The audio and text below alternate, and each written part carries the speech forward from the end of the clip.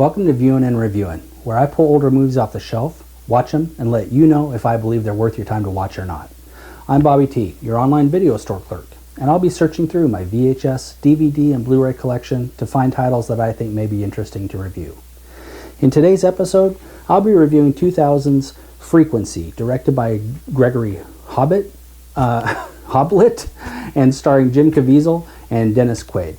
Let me read you the DVD cover. What if you could reach back into time and change the one event that forever altered your life?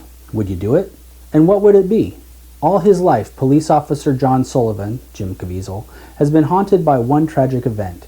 When a once-in-a-lifetime phenomenon of nature opens a mysterious channel to the past, John is stunned to discover that he's able to communicate with his dad, Frank, Dennis Quaid, who's been dead for 30 years. But by changing the past, they set in motion a string of brutal, unsolved murders with John's mother and Frank's wife, the next victim. Racing against time, the son and father must now find a way to stop the crime that could destroy the future for both of them. Directed by Gregory Hoblit, this mind-bending, edge-of-your-seat thriller will keep your adrenaline pumping long after its final, astonishing climax. Now, I remember coming across this film at the video store and taking a chance. I remember seeing the trailer you're watching now, but it must have vanished from the theater before I knew it was there. And looking at this cover right now, it looks less than inspiring. There's a lot to be said for poster art when advertising your film. There's nothing here that would scream, "I'm a great film," or even, "This is what the film's about." And that's what makes the studio advertising such a shame. This is one of those films where when you talk with others, they either have seen it and shout from the hilltops how good it is, or I get a blank stare. Even the back of the DVD that I just read tries so hard not to give anything away. They don't tell the viewer that what they're about to see, so why bother? I mean, you've been watching the trailer, and I'm hoping you're getting the same feeling I got, which is, why hadn't I heard of this before? Jim Caviezel of Passion of the Christ fame plays a burned-out NYPD detective on a decades-old cold case of a serial killer in New York City. Caviezel's fearless and charming dad, Dennis Quaid, died decades earlier as a firefighter in a warehouse fire when Caviezel was a kid. One night, as Caviezel's home drinking and pretty much couldn't care less about life, his best buddy and his son from across the street look up and see a unique aurora borealis-like electrical mist covering New York at the same time the kid discovers an old, forgotten ham radio set in a closet belonging to Dennis Quaid. As they start playing with it, they broadcast and come across a voice from a guy from the same neighborhood. But before they could figure out who it was, the mist disappears just as fast. What transpires next is what makes this film so special.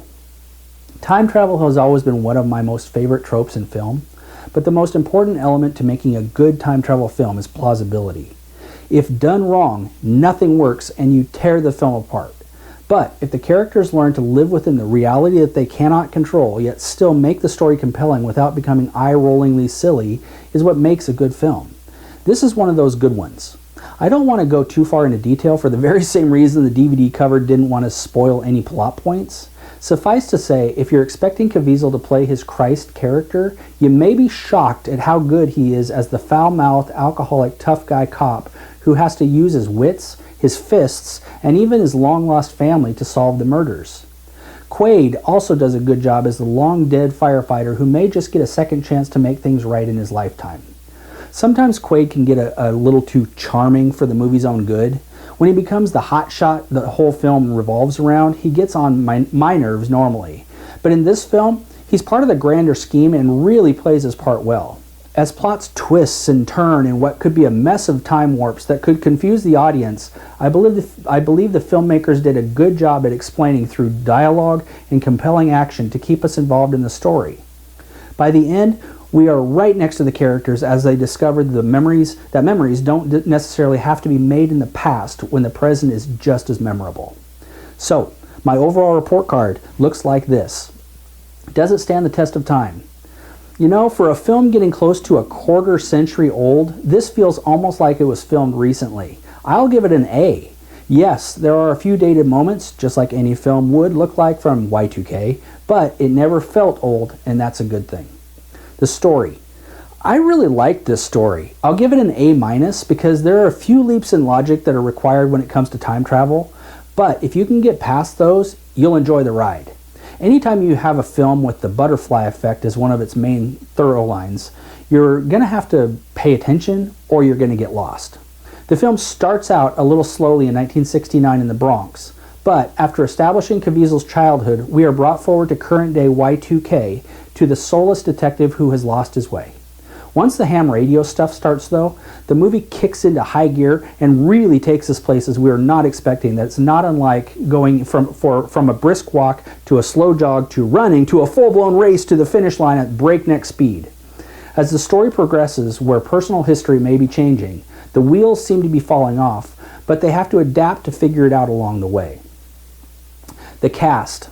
I will give this a B+. The two leads of Jim Caviezel and Dennis Quaid are solid, with Caviezel being the better of the two.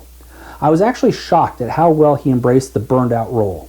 The mom character was good also, and the best friend and police partner were also adequate.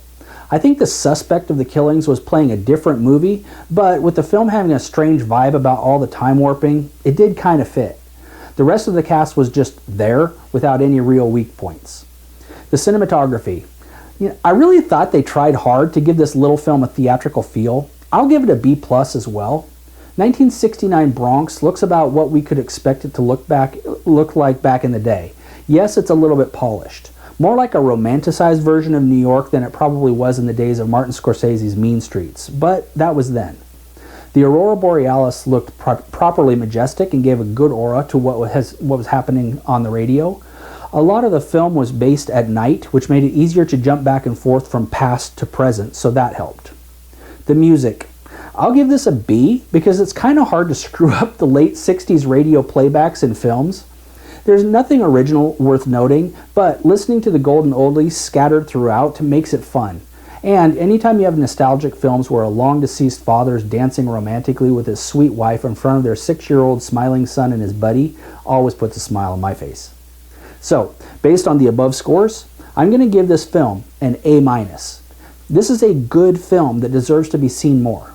If you're a Quaid fan, you most definitely won't be disappointed as he is in it a lot more than the story would indicate. And if you, like me, believe Jim Caviezel is a much better actor than just playing Jesus in that powerful film, you'll see a wonderful actor who can play emotion and power as well as anyone of his era. It's an understated role and a terrific story that spans a generation that into a believable fantasy that may potentially solve a crime through a clever premise not overly used in movies, which makes it that much more fun as it plays out. It was a surprise when I discovered it, and it may surprise you as well if you give it a chance. So, here are a few other films that I would recommend for you. Contact with Jodie Foster. Now I know this isn't all the same type of movie, but it's got an interesting story about how a young scientist that believes life may exist in outer space has come into contact with an alien race that wants to share knowledge. As Earth's scientists build a ship built to travel into the great unknown, and Jodie may or may not be the pilot of the ship, the search for the unknown may be closer than she is expecting, where time may or may not be relative to her journey. Second is Arlington Road. It's an interesting film about a college history professor who teaches about past criminals who blew up government buildings due to paranoia and zealousness, like Oklahoma City and the Unabomber. But when a strange family moves in next door to the professor and he starts seeing more and more alarming traits that could mean an impending disaster, he takes it upon himself to investigate the dangers at all costs, including up to the surprise ending. And instead of a film like Frequency, I'll recommend another good Jim Caviezel film that people don't remember, called The Count of Monte Cristo. Now, this film version is not the Alexander Dumas novel version. This is more of a closely aligned reimagining, but Caviezel is great as the innocent young man wrongly imprisoned, only to escape and become the strange count who seeks revenge against those who betrayed him. It's a beautiful film, and it's worth rediscovering. Well, that's it for Frequency. If you enjoyed this review, please be sure to click the like button below. If you want to keep up to date on my future reviews, please click on the subscribe button below. If you want to purchase Frequency on Blu-ray, or if you wish to purchase any of the other titles I've mentioned earlier, please follow the Amazon links below. If you have any suggestions for movies you'd like me to review, please leave a comment below and I'll see what I can do. Thank you so much for watching. Until next time, be sure to help others in need because it's always the right thing to do. Have a great week.